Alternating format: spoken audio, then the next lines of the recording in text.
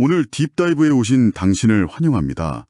오늘은 손동원 박사님의 신학 논문, 구약의 사사, 에훗 연구를 가지고 좀 특별한 이야기를 나눠볼까 하는데요. 바로 그 왼손잡이 사사, 에훗 이야기입니다. 어떻게 보면 약점일 수 있는 특징을 통해서 하나님이 일하시는 방식, 그 역설적인 면에 초점을 맞출 거예요. 시작하기 전에 팀 켈러 목사님의 말이 참 와닿는 것 같아요. 하나님은 약하고 무시당하는 이들을 통해 당신의 능력을 드러내시길 즐거워하신다. 뭐 이런 말씀인데 오늘 우리의 미션은 바로 이겁니다. 이 역설, 어떻게 약함이 강함이 될 수 있는지 그걸 파헤쳐보는 거죠. 네, 맞습니다. 그 배경을 잠깐 말씀드리면 사사기 3장이죠. 이스라엘 백성이 모압 왕 에글론한테 막 압제받고 있을 때 하나님이 구원자로 에훗을 세우세요. 근데 성경이 그를 그냥 왼손잡이라고만 하는 게 아니라 좀 더 구체적으로 오른손 사용이 부자유한 사람 이렇게 묘사하거든요. 사사기 3장 15절 말씀이죠. 네, 고대 사회에서는 이게 분명히 약점이었을 텐데 말이죠. 그래서 라틴어 격언처럼 Deus in infirmitate virtutem ostendit, 그러니까 하나님은 약함 속에서 능력을 보이신다. 바로 이 주제를 한번 깊이 파고들어 보자는 겁니다. 좋습니다. 그럼 바로 첫 번째 핵심으로 들어가 보죠. 이 약함의 역설. 손 박사님 논문에서도 굉장히 강조하는 부분인데 에훗의 오른손 사용 불가. 히브리어 원어로는 뭐라고 하셨죠? 이쉬 이테르 야드 예미노. 네, 그 이쉬 이테르 야드 예미노. 이게 단순한 핸디캡이 아니라 오히려 하나님의 계획 안에서 결정적인 도구가 되었다는 거잖아요. 이게 참 놀랍지 않나요? 보통 약점은 감추거나 극복해야 할 대상으로 생각하는데 그렇죠. 이게 성경 전체를 꿰뚫는 아주 중요한 원리랑 연결되는 것 같아요. 그 고린도후서 12장 9절에도 나오잖아요. 하나님의 능력이 약한 데서 온전해진다는 말씀. 우리의 구원, 히브리어로 야슈아라고 하는데 이게 결국 인간의 힘에서 오는 게 아니라 하나님의 은혜, 인데에 그라티아, 여기서 온다는 걸 보여주는 거죠. 정말 역설적으로 에훗의 약점, 그 이테르가 구원의 통로가 된 셈이에요. 와, 정말 흥미롭네요. 약점이 통로가 된다라. 그럼 두 번째 핵심으로 넘어가서 에훗의 행동, 그러니까 모압 왕 에글론을 죽인 사건 있잖아요. 이걸 어떻게 봐야 할까요? 그냥 좀 폭력적인 암살로만 봐야 할지. 네, 그 부분에 대해서 손 박사님은 존 스토트 같은 신학자들의 견해를 좀 인용하시는데요. 이게 단순한 폭력 찬양이 아니다.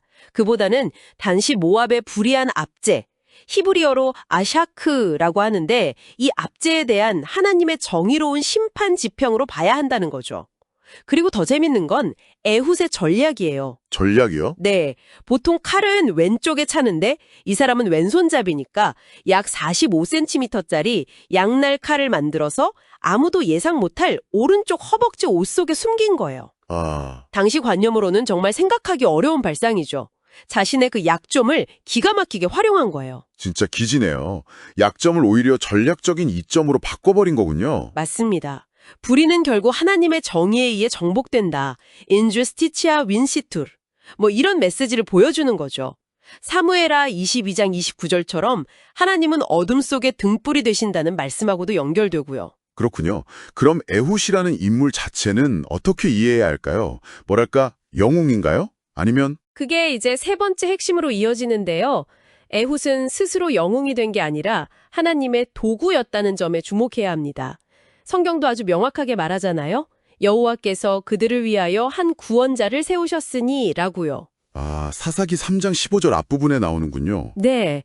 그리고 에훗 자신도 승리하고 나서 뭐라고 외치냐면 여호와께서 너희의 원수들인 모압을 너희 손에 넘겨주셨느니라 이렇게 말해요. 사사기 3장 28절이죠. 자기 공으로 돌리지 않는 거예요. 구원, 즉 예슈아는 결국 전능하신 하나님, 엘로힘으로부터 온다는 걸 분명히 하는 거죠. 정말 그러네요. 마치 모세처럼 인간은 그저 하나님의 위대한 계획을 이루는 도구일 뿐이다. 인스트루멘tum 디비눔, 이런 느낌이군요. 정확합니다. 존 메가더 목사님도 사사기의 인물들을 주권적인 하나님께서 사용하신 결함 있는 도구들이라고 설명했죠. 그렇군요. 에훗 개인의 용기도 물론 대단했지만 그게 다가 아니었네요. 그럼 네 번째 핵심은 이게 공동체 전체의 승리로 이어진다는 점이 됐군요. 맞아요. 에톳이 혼자 다 한 게 아니죠. 그가 에브라임 산지 하르라고 하는데 거기서 나팔, 쇼파르를 불어요. 네, 3장 27절이죠. 네. 그러자 이스라엘 백성들이 막 모여들었어요. 한 사람의 그 용기 있는 믿음의 행동이 공동체 전체에 용기의 불을 지핀 거죠. 찰스 스펄전 목사님 말처럼요. 그래서 결국 다 같이 힘을 합쳐서 요단강 나루를 딱 장악하고 모압 군대를 물리쳤잖아요. 아, 연합의 힘, in unite virtus est. 그렇죠. 여호수아가 여리고성 무너뜨릴 때처럼 개인의 약함을 넘어서 공동체가 하나 될 때 하나님의 승리가 임한다는 걸 보여주는 겁니다. 전도서 4장 9절 말씀처럼요. 자, 그럼 이제 마지막 5번째 핵심인데요. 이 구원의 지속성. 에훗의 승리 이후에 이스라엘 평화가 찾아왔다고 하는데 그 기간이 무려 80년입니다. 80년. 와, 80년이요. 엄청나네요. 사사기 3장 30절에 그 땅이 80년 동안 평온하였더라. 이렇게 나오죠. 샬롬이 찾아오고 땅이 쉬었다. 샤바트했다는 표현도 참 인상적이에요. 네, 이게 그냥 잠깐의 승리가 아니었다는 거죠. F.B. 마이어 박사님도 찰나의 승리가 아니라 지속된 확고한 평화였다고 평가했고요. 이건 하나님의 구원이 가져다주는 그 온전함과 지속성을 상징적으로 보여주는 거라고 할 수 있어요. 그리고 더 나아가서는 궁극적으로 그리스도를 통해 우리에게 주어지는 참된 평강, 골로새서 3장 15절 같은 말씀을 미리 보여주는 그림자라고도 해석할 수 있겠죠. 하나님의 은혜는 충분하다. 그라티아 데이 수피시엔트 에스. 그리고 구원, 예슈아는 우리의 행위가 아니라 하나님의 선물, 마탄이다. 에베소서 2장 8절 말씀처럼요. 네, 오늘 손동원 박사님의 논문을 통해서 사사 에훗 이야기를 정말 깊이 있게 들여다봤습니다. 에훗의 이야기는 결국 하나님의 다스림, 히브리어로 샤파트라고 하죠. 이 다스림이 종종 우리의 연약함 속에서 어쩌면 바로 그 약함을 통해 드러난다는 것을 아주 강력하게 보여주는 것 같습니다. 맞아요. 찰스 스윈돌 목사님 말처럼 하나님은 완벽한 그릇을 찾으시는 게 아니라 사용 가능한 그릇, 쓰임받을 준비가 된 그릇을 찾으시는 것 같아요. 그래서 이 논문이 오늘 여기 계신 당신에게 던지는 메시지는 꽤 분명하다고 생각해요. 첫째는 자신의 연약함을 솔직하게 인정하고 하나님을 의지하는 것. 네, 둘째는 하나님이 부르실 때에 두려워도 순종해서 행동으로 나아가는 것. 그리고 셋째는 혼자 힘으로 하려 하지 말고 공동체와 함께 연합해서 나아가는 것. 이 정도로 정리할 수 있겠네요. 그렇군요.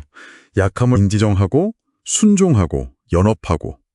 자, 그럼 마지막으로 당신에게 질문 하나를 던지면서 오늘 딥다이브를 마무리할까 합니다. 이 논문은 하나님이 어떻게 우리의 약함을 들어 사용하시는지 잘 보여줬습니다. 그렇다면 질문은 이겁니다. 하나님은 왜 인가의 기준으로 볼 때 이렇게 비효율적이고 역설적으로 보이는 방식을 즐겨 사용하시는 걸까요? 이 질문에 대한 당신의 생각이 궁금해지네요. 한번 곱씹어 보시면 좋겠습니다.